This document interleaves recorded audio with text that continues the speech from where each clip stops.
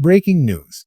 The Chrisleys, Todd and Julie, recently marked 28 years of marriage. However, being in separate jails in different states makes it quite certain that they would not be able to celebrate it together. In addition, the couple shared some unfortunate anniversary news this year. What Todd and Julie did on their anniversary is detailed here. It was Todd and Julie Chrisley's 28th wedding anniversary this year. Not only that, but they were the only ones that ended up celebrating it. As it turns out, Todd and Julie were unable to celebrate their anniversary by communicating with one another while incarcerated. The couple, according to Radar Online, has reportedly been silent for a year. They couldn't even talk to each other over the phone.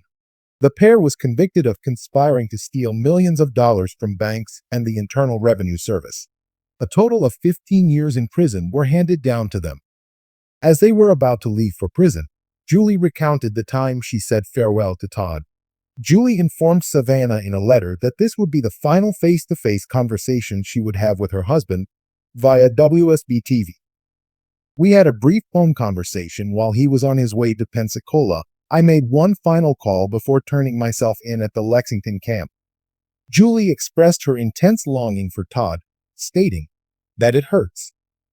Never before had she been gone from him for so long, she claimed.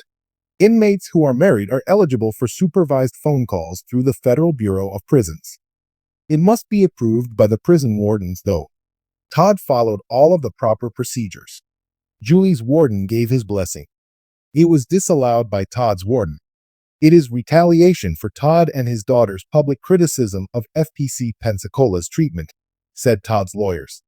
The right to communicate between Todd and Julie Chrisley is not respected by Todd's warden.